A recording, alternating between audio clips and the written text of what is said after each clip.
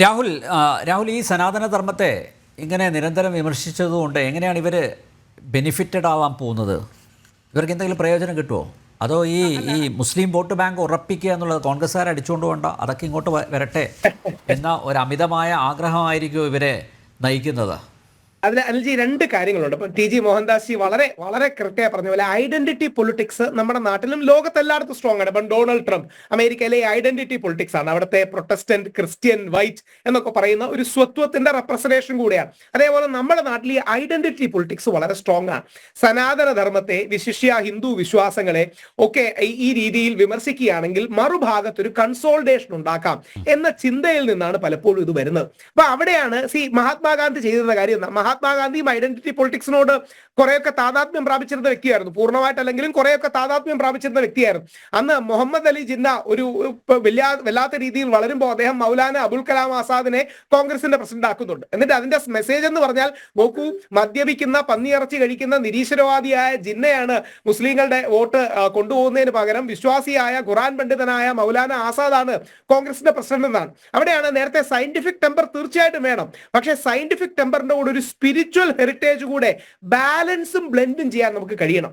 ഈ ബഹുസ്വരതയെ നമ്മൾ എങ്ങനെ മാനേജ് ചെയ്യുന്നു എന്നുള്ളതല്ലേ. അതുകൊണ്ട് തന്നെയല്ലേ ഇപ്പം ദേശീയവാദികളായ ആൾക്കാരെ കൂടെ നിർത്താൻ, ദേശീയവാദ മുസ്ലിങ്ങളെയും ദേശീയവാദികളായ ക്രിസ്ത്യാനികളെയും കൂടെ നിർത്താൻ വേണ്ടിയല്ലേ RSS മുസ്ലിം രാഷ്ട്രീയ മഞ്ചും ക്രിസ്ത്യൻ രാഷ്ട്രീയ മഞ്ചും തുടങ്ങുന്നത്. അപ്പോൾ ആ നാഷണലിസ്റ്റിക് സ്പേസോടുകൂടി ഇന്ത്യയുടെ ബഹുസ്വരതയും ദേശീയതയും എല്ലാം യോജിച്ച് നിൽക്കുന്നവർക്ക് ഒരുമിക്കാൻ ഒരു സ്പേസ് വേണം എന്ന ചിന്ത കൊണ്ടാണല്ലോ സുദർശൻ ജി മുതൽ ഒരുപാട് പേർ വളരെ ആക്റ്റീവായി പോകുന്നത്. ഇപ്പൊ ഇന്ദ്രേഷ് കുമാർജിയെ പോലെ വളരെ മുതിർന്നൊരു സ്വയം സേവകനാണ് അതിന്റെ ചാർജ് എന്നാണ് മാധ്യമങ്ങളിൽ നമ്മൾ അറിയുന്നത്. അപ്പൊ ഈ reach out to all communities ഒരു ഭാഗത്ത് വേണം.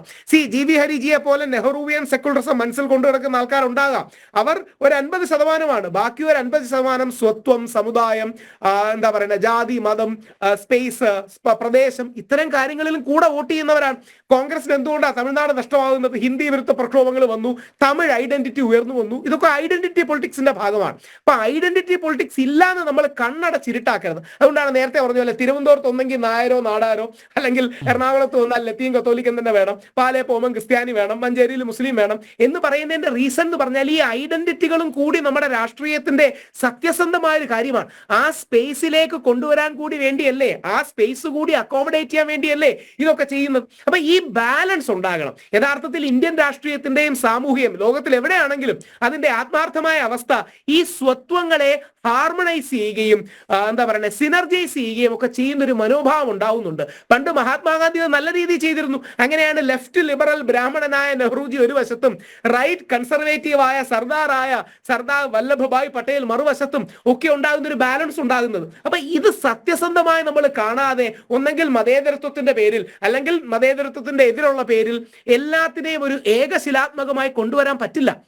പകരം ഈ വൈവിധ്യത്തെ നമുക്ക് എങ്ങനെ ഹാർമണൈസ് ചെയ്ത് മുമ്പോട്ട് പോകാം, എങ്ങനെ ബാലൻസ് ചെയ്ത് മുമ്പോട്ട് പോകാം, എങ്ങനെ സന്തുലിതമായി മുമ്പോട്ട് പോകാം, ഇതല്ലേ പ്രാക്ടിക്കലി പോസിബിൾ ആകുള്ളൂ. ഇതല്ലേ ഏതൊരു രാജ്യത്തും പോസിബിൾ ആകുള്ളൂ, ഇന്ത്യയിൽ മാത്രമല്ല. അവിടെയാണ് ഞാൻ പറഞ്ഞത്, നെഹ്റുവിയൻ സെക്കുലറിസം ആശയപരമായി ഒരുപാട് ഗരിമയുള്ളതായിരിക്കാം, പക്ഷേ പ്രാക്ടിക്കൽ ലെവലിൽ ഗാന്ധിയൻ പ്ലൂറലിസം അഥവാ ഗാന്ധിയൻ ബഹുസ്വരത മാത്രമേ വർക്ക് ചെയ്യുള്ളൂ. നമ്മുടെ ചുറ്റും കണ്ണോടിച്ചാൽ മതി, നമ്മുടെ ചുറ്റും ഒന്ന് കണ്ണോടിച്ച് നോക്കിയാൽ മാത്രം മതി. ഈ ഗാന്ധിയൻ ബഹുസ്വരതയാണ് വർക്ക് ചെയ്യുന്നത്. അതാണ് ജാതി മത സമുദായങ്ങൾ, NSSന് സ്വാധീനമുള്ള സ്ഥലങ്ങളുണ്ട്, വെള്ളാപ്പള്ളി നടേശന് സ്വാധീനമുള്ള സ്ഥലങ്ങളുണ്ട്, നമ്മുടെ ക്രിസ്ത്യാനികൾക്ക് സ്വാധീനമുള്ള സ്ഥലങ്ങളുണ്ട്, മുസ്ലിം ലീഗിന് സ്വാധീനമുള്ള സ്ഥലങ്ങളുണ്ട്, വ്യത്യസ്ത ജാതി ഗ്രൂപ്പുകൾക്ക് സ്വാധീനമുള്ള സ്ഥലങ്ങളുണ്ട്.